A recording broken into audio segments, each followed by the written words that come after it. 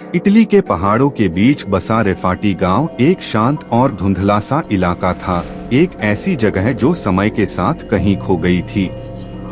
लेकिन युवा विटोरियो के लिए यह गांव एक ऐसा दुःस्वप्न बन गया जहां डर ने मांस और हड्डियों का रूप ले लिया था। तूफान में वो राक्षस। इसकी शुरुआत एक सुनसान सड़क पर हुई। 14 साल का विटोरियो अपने घर की ओर जा रहा था। उसके हाथ में ताजी रोटी और पनीर का थैला था। तभी उसे अपने पीछे किसी के भारी कदमों की आहट सुनाई दी। वह जैसे ही पीछे मुड़ा, उसे केवल पहाड़ों की धुंध दिखाई दी, लेकिन तभी आसमान में बिजली कड़क उठी। उस रोशनी के एक पल में वह खौफनाक मंजर सामने था। उसके ठीक सामने सड़ीगली लाशों के टुकड़ों से जुड़ा एक विशालकाय राक्षस खड़ा था।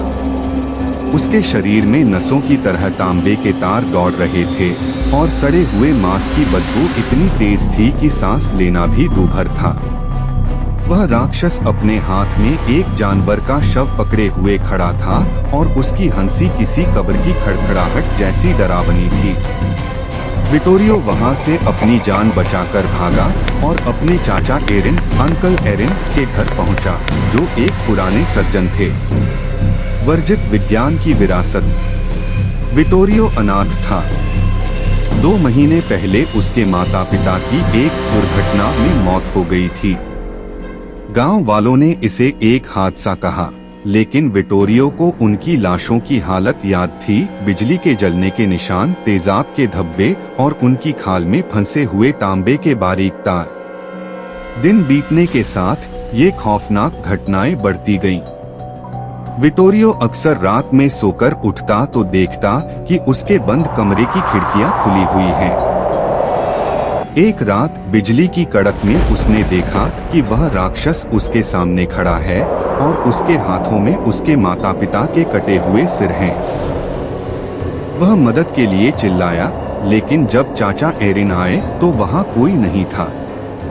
गांव में बातें फैलने लगीं।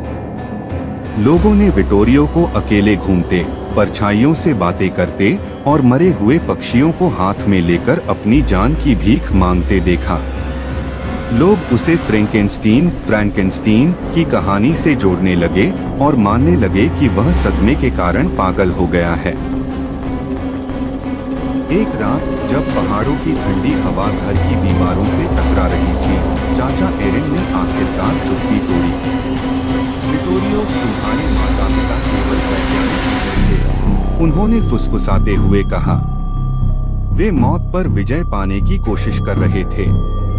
उन्होंने बताया कि उन्होंने कई इंसानी अंगों को जोड़कर एक शरीर बनाया था, लेकिन उसमें जो सिर लगाया गया था वह एक ऐसे व्यक्ति का था जिसकी मौत विटोरियो के माता पिता के एक असफल प्रयोग के दौरान जलकर हुई थी।